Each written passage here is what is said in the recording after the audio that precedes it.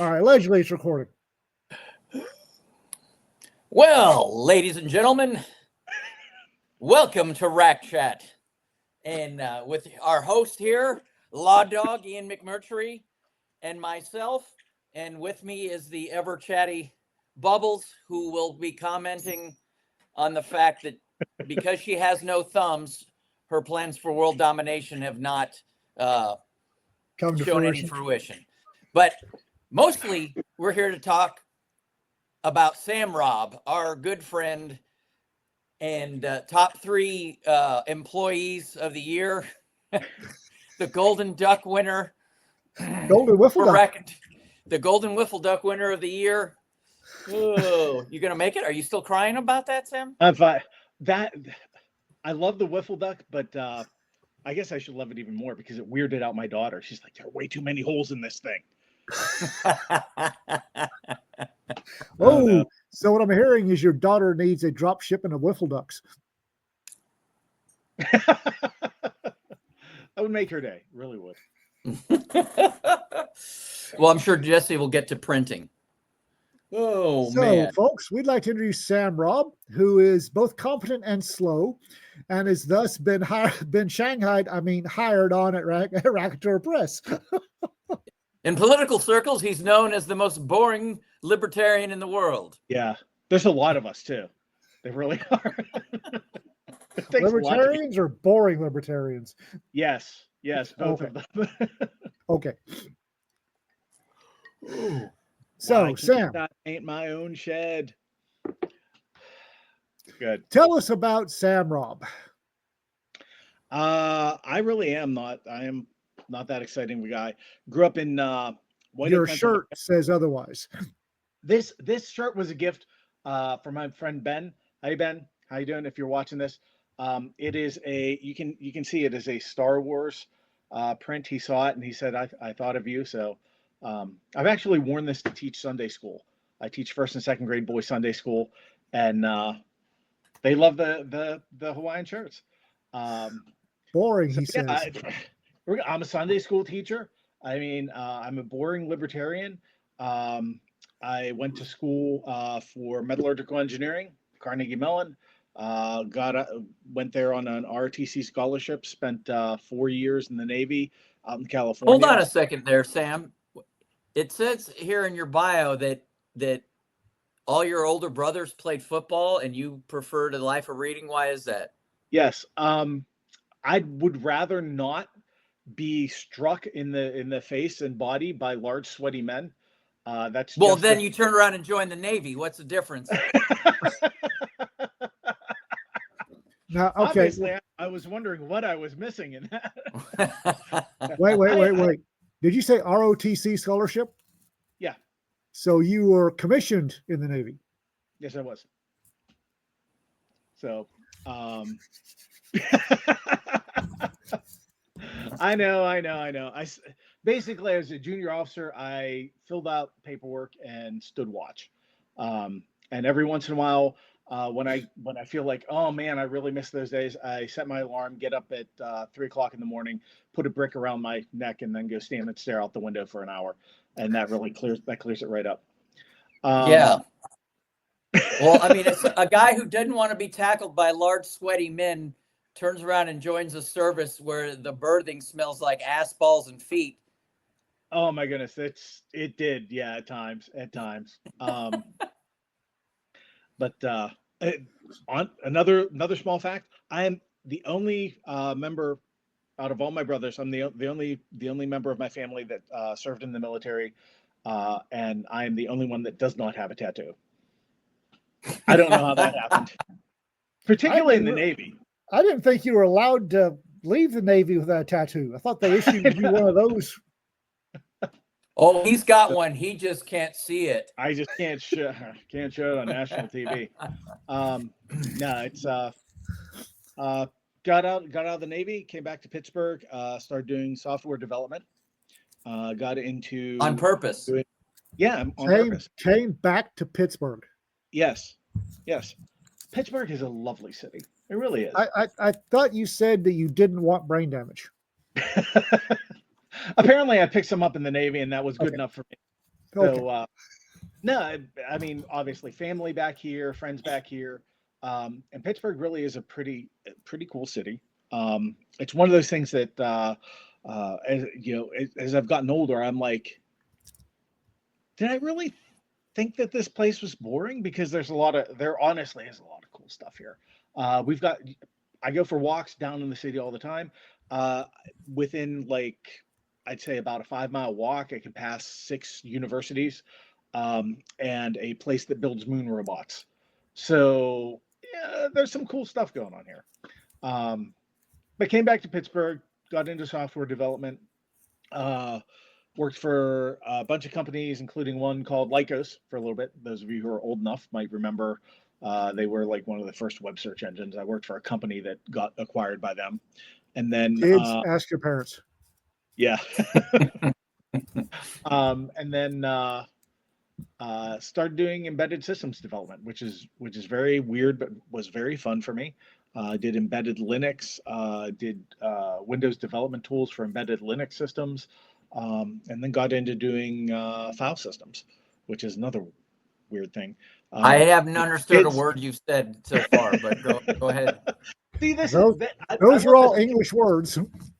When you talk about all your career, Mike, and all the stuff you've done, and I was an ATAC at Z4, and I'm like, yeah, right. Those were military terms. I understand that, and that's about it.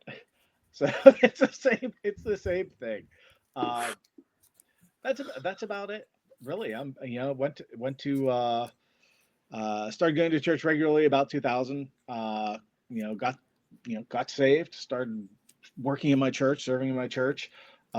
Came within a whisker of getting a master's, or not a master's, bachelor's of divinity, just because I took courses that were interesting to me. And I use all that big brain knowledge to teach first and second grade Sunday school to boys. And that actually, I love that. Oh my goodness, I love that so much. Those kids, So you're a masochist. I am. When I'm done with teaching Sunday school, all my little circles for activity and standing and they're all cleared for the day. I'm done by like 9:30. They keep me hopping. And then I did some politics for a little bit, got out of that because I don't like people swearing at me, and I don't like swearing either. I mean, you could graph it. My involvement in politics, my volume of swearing went up, and then when I got out, it settled back down again. Swore more in politics than I did in the military. And then got involved with a crisis pregnancy center here in Pittsburgh. So we actually have our big. How many did you get pregnant? The lawyers have told me that I should not answer those questions. but I will say 0, because all 3 of my girls are adopted from China. So that's another little fact for me. Adopted parent. Jana was here when I first got in here, and just before we got in here, I was telling her that I have officially been asked not to return to what's that funky store at all the malls that sells the weird stuff? Spencer's. I have been formally asked not to come back to Spencer's because a young lady, I was in there looking for gag gifts, and I was a little distracted. A young lady said, "You're a dude. What should I get for a guy that has everything?" And my dumbass, since I was distracted, the censor wasn't. And I said penicillin.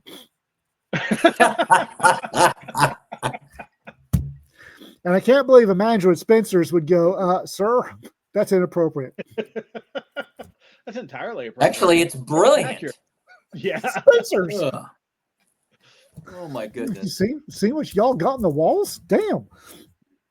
So tell us, every great author is driven by their past trauma. Tell us about your trauma. Being a libertarian candidate. I'm fortunate. I did not have a very traumatic life. I had pretty much a very good life. Well, that doesn't say much for your budding law author career. I know, pretty much I'm dead. Yeah, you don't want to read anything from me. There is nothing in there about, angels or demons or people getting their faces eaten off or anything. That's it's okay. all- I don't That's know what, about that. I've read that Weird West story. that's what we've got a structural editor for. He'll add in all that. I think no, the only real trauma I have in my life is the usual, which is, like growing up and embarrassing myself as a teenager and getting into a fight over a girl at a bowling alley. Let's hear about that. You got into a fight? Over a girl? Sam Robb got into a fight over a girl. This was when I That was sounds young, like healthy. I was like, I think I was like 12 or 13. Precocious. Yeah. And notice I said a fight, not fights, because the guy that I was fighting was, I think, 15 or 16, had a good foot on me in terms of height and reach, and the fight was over very quickly. But that's kind of I Not only learned precocious, but ambitious. well, that explains why I went into the Navy as opposed to, say, the Army, because in the Navy, anybody that you're fighting is going to be way, way, way, way over there, and I might get blown up, I might get sunk, but nobody's going to punch me. I was told quite sincerely that the way the Navy fought was to drink coffee and throw officers at the enemy. And I believe you said you were an officer. So I was on board I was Surface Navy, so I'm a surface warfare officer. Went through SWAS on the West Coast, so I was down in San Diego, which was lovely, by the way. Anybody who lives in San Diego, that is probably my second favorite city in the country, just because the people there when I was there reminded me so much of home. Friendly people, great place. You've got some good hills out, once you get away from the beach. But ended up on board the USS Wabash, AOR 5. So people ask me what it was. I would tell them we were basically a floating convenience store. We had gas, we had snacks, we had toilet paper if you ran out, and we would deliver mail occasionally. But we were also, this was very interesting to me. I'm like, okay, I'm going to be on a surface ship. I'm going to be on a deck ship. We're basically a supply ship. Wait a minute. When we were going through schooling and talking about this, isn't this the one that has to sail like 5 miles away from the carrier in case it gets blown up because they don't want the carrier to be in the blast radius? And it turns out, yeah, that's kind of the truth. And we were basically a big floating bomb. And occasionally we had bombs on board. So I mean, when I said convenience store, is more of a southern convenience store, right? You could get your ammo there too. ATF, alcohol, tobacco, and firearms. Exactly. Yeah, that was actually a lot of fun. I really enjoyed being on a working ship, on a deck ship. We were up at ODark 30 so many times, preparing to do underway replenishments, which if nobody knows what that is, ask your parents or go look it up. They're really a lot of fun. Look, in hindsight, while you're doing them, they suck and they're horrible, and you wish they would be over as soon as possible. But I learned a lot. I got to meet a lot of interesting people. Towards the end of my tour, before we decommissioned, I was a communications officer, and I had radiomen and signalmen under me. And that's one of the reasons why when I came back to Pennsylvania, I got into software development, because I would not have to deal with people. And they are the reason. I mean, guys, yes. If any of you are watching this and you're like, Mr. Robb, I remember you. Yes, I remember you too. And that's where I started to go gray. So a lot of veterans like to talk about how or veteran writers, right? Like talk about how their time in service affected or informs their writing. I don't detect that off of you. Like, I didn't know he was in the military until just a little while ago. Yeah, most people, I'll mention it. I'll talk about it sometimes. But I think aside from my wife, aside from Sherry and a few other people, it just people are like, "Oh, you were in the military?" It was one of those things. I don't talk about it a lot. It doesn't. Has it had a lasting effect on me? Yeah, I spend probably a lot more attention than you would think, paying attention to maritime shipping, and to this day still read Commander Salamander. Love I'm like, okay, I'm geeking out over U.S. naval evaluation, and so I guess it did leave an impact. When I think of, I tend to write fantasy. I like fantasy more, even though I was raised on science fiction. My dad was a huge science fiction reader, huge alternate history reader. Absolutely love that stuff. what were you guys reading back in them days? Isaac Asimov. I'm trying. Let me see. All the like the world's best, 2004, science fiction and whatnot. Best of Henry Kuttner, Larry Niven, Jerry Poe, all the classics. Little Fuzzy. I probably read that book a dozen times before I was like 12 or 13. Clifford Simak, or Simak. I've never actually heard anybody pronounce his name. So his stuff actually, I would say, like folks like him, Manly Wade Wellman, kind of the more pastoral, everyday sort of like, oh, I was out cutting my grass and then the aliens came. That kind of fiction really kind of has always resonated with me. So, I read that stuff. I tend to write more fantasy, but when I do think in terms of science fiction, I think in terms, particularly talking about like space opera type stuff. I think of shipping and supply lines and logistics, and what does it take to, you have this vast empire where everything is controlled tightly. No, you don't. I don't care. Yeah. If it takes you 2 weeks to get from point A to point B, no, you have to have a distributed governmental system. It just doesn't work this way. Yeah. And it makes. Yeah. Well, because that, for me, it always comes down to like these interplanetary wars. We're invading the planet. Yes. And you'll be fighting that war for decades. Yes. Right. Yes. Like your intergalactic adventure doesn't have to be on 12 planets. It could be on 12 continents on the same planet. Yeah. One of the only books that I read that I thought this seems reasonable, right? Not surprising, right? John Ringo, his Live Free or Die, where the aliens come in and they want certain things from Earth, and basically they bomb a couple of just kinetic weapons, take out a couple of major cities and say, we're going to keep doing this till you give us what we want. We're not interested in ruling you. We're not interested in, having bases. We don't care. We're going to show up once a year. You have the tribute ready. Otherwise, we nuke everybody. And I'm like, that makes sense. That's exactly how you would do it, right? Yeah. I want your resources. I'm not going to bother mining them. I'm going to just threaten you until you do, and you give me the, pay me the dang guild, right? Make me go no kidding. Because as soon as you set foot on the planet, the insurgents will cut your throat, right? And that's presuming, right, that they're even willing to, because I love the, I think it's on Tumblr, right?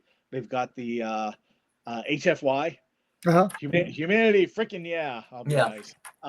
And then they also have this thread with the idea that Earth is a death planet. Yep. Right. I love those. Right? Humans are space orcs. Exactly. That's it. Yes. I love that. I remember I don't remember. A friend of mine was telling me about this story in high school, so I don't know who wrote it and I don't know the title of it, but it was a story about humanity entering, the intergalactic, the community or what have you, right? And the intergalactic Senate has a meeting after so many decades of humanity being a member, and they realize that if things keep going the way they are, that humans will be running the entire galaxy, in a matter of a couple of centuries or something like that. So they excommunicate Earth, right, and basically, isolate it and wall it off and ignore it.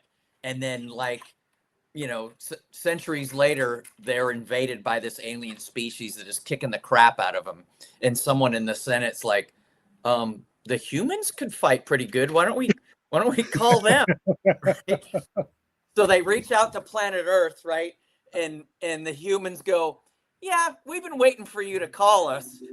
We'll fight for you, for whatever the price is. Like, we'll take these aliens on. And like engines drop out of Australia, and the Earth begins to move out of orbit to go to war. It was Alan Dean Foster, one of his short story collections. What? With Friends Like These. Was that what it was? Yep. Yes. Oh my goodness, that was such a good short story. I may have totally butchered it. I just remember talking about it in high school. That always stayed with me. About dead on. Yep. Alan Dean Foster is another one that I always liked. His short stories more than long form. His shorts, he did some really good short stories. He was a master of the on the short stories, where his long form was technically good, but boring. For me, it was boring. Other people think it was great. The only long form of Alan Dean Foster's I liked really were the Pip and the Flinks and Pip stories. Yeah. And those got to be boring after a while. The first 2 or 3 were great, and then they just kind of. Someone else who did really good short stories, and this probably explains, talking about trauma and what affects you, right? Jack Chalker. Yeah. Dance Band. He was a weird duck. Dance Band on the Titanic is probably, I think that's probably one of the best stories I've ever read. I think about it all the time. Just the impact, the emotional impact of that story was fantastic. I love his long form stuff too. I loved the whole World series and the 4 books. The Medusa, was it Medusa series? I think so. Yeah. That were the 4 planets. Yep. That was my introduction to Chalker, followed by the Change Wind series. And it's like, this is a weird duck. Yes. He was definitely interesting to read, and again, a lot of probably hit me at like the right time. I reading a lot of his stuff, and I'm like, wow, this is really cool. Actually, I like this stuff. Oh. So what those are just some cool books. What RPGs are you playing? You're a gamer, right? Oh, I am. Yeah. I played D&D 2nd edition back in college before we got into Rollmaster, and recently reconnected with my gaming group from college. So this is 30 years later, and we are running now a Rollmaster campaign set in a magical version of ancient Rome. And we have screwed things up horribly already. We let the Carthaginian spies manage to take over an outpost and frame us as being enemies of Rome, and had to flee. And it's great. It's fun. If your murder hobos haven't screwed things up royalty, are you even a game master? Yes, right. But it's interesting. We're playing that, and that's great. That's old friends and get together and kind of a really crunchy system if you know Rollmaster. Then I'm playing D&D 5e with some friends from church, and having an absolute blast with that. How does 5e compared to AD&D or second edition? It's a lot more like video game like. You've Yeah. got powers that you can use periodically. But overall, it's still Dungeons and Dragons. It's still a lot of it, and I think that I like with the group that I'm in is that a lot of us we're fine with role playing. Right. The numbers don't matter as much. Yeah. We'll have fun no matter what. I'm playing a little chaos gremlin who's a necromancer wizard who thinks she's a druid, and her friends just get sleepy What? sometimes. And she talks to paintings, and I actually had a painting talk back to her. So she's not that nuts. Maybe So is someone watching this going to fire you from your Sunday school job after this? I don't know. Well, after Sigils, right? So coming out Thursday is my urban fantasy, yay, with Raconteur Press. Yes. And that's got a young man in Pittsburgh who is a graffiti artist, and he writes the wrong thing on the wrong place at the wrong time, and ends up with this nightmare creature from in between realities stalking him in his dreams.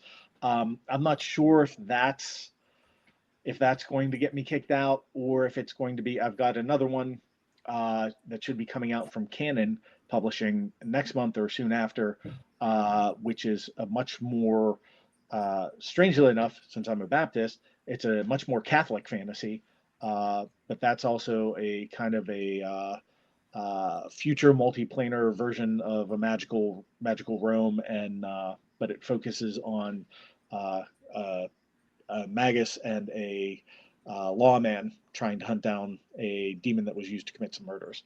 So again, yeah, you've submitted some short fiction about those guys. Yeah. Yeah. Okay, yeah. I remember reading about those. I like that because the angel or the spirit or whatever it is attaches itself to different, I don't know what, heroic figures or soldiers or lawmen throughout history, right? I think you're thinking of Kelly Grayson. Was that Kelly Grayson who wrote that? It sounds similar. Some Dude Chronicles. Oh, okay. Sorry. Yeah. Well, which is you're absolutely right. But yeah, those are good stories. I wish I'd written them. Whoops. Well, buy sigils at least, people. Well, if they kick you out, you can console yourself with the royalty checks. So there we go. You can blot your tears with a royalty check. They're not. I don't know if they would kick me out or not. I did have a couple of folks at church for sigils. I had asked if some people would be interested in beta reading, and one lady she's a little bit older, but she shares a birthday with me, and she was like, "Oh, you're writing a book. I'd love to read it." And I'm like, well, language does get a little spicy, and she looked me dead in the eye and said, 3 of my children are Marines. Like, okay, you can handle it. Here you go. Yeah, you're fine, ma'am. Here you go. So I don't know. You got a point. We'll see. What's hilarious for me is particularly when I did One October Nights. Yeah. One October Night with Cedar. That was a bunch of over 30 days. She would draw a picture, and then in the evening I try to write a story for it. So it's a bunch of flash fiction, and there are, I think, 2 F-bombs in the entire book. One is from a detective who basically has to kill someone who's been biologically taken over by this thing that's trying to infect people, and it rattles him, right? And the other one is just a casual drop from a bunch of Marines, someone who's a group of Marines. And Sherry read through it, and she's like, I don't like the swearing. in this one story. I'm like, the Marine story. She's like, no, that's fine. That's the way they talk. It was the other story. So, yeah, there's certain things that she's like, yeah, this is okay. No, that's just the way the person talks. Oh. All right, Sam. When does Sigils come out? This Thursday. It's That's the Thursday, full October. drop, right? That's the full drop, right? 30th. Yeah. Thursday the 30th. It's a full novel in EPUB and for your Kindle and print if you would like to get the print version, which you should. Believe Yeah, it or should. not, we are over 30 minutes of us jabbering about the Sam Robb. Dun, dun, All right. dun. Now, Sounds is good. Sigils your first novel to publish? Yeah, actually, yes. Oh, okay. Oh, we got his first one. You got my first novel. Canon will have my second, and then I am working on the sequel to Sigil. So hopefully you guys will get my third. So There and you fourth go. and fifth and as many as you want. Yes, and yes. You heard it here, Oh. folks. Going to finish them. So check out Or Sam fake my Robb. death. Sam, thanks for hanging out with us, brother. Thanks, man. All right, Sam. Take Thank me you. now. We appreciate it. Now, now the three most technologically inept people are actually going to try to end this recording. Maybe. Just stop swearing this time. Seriously. And we're still recording. I'm trying. Leave me alone.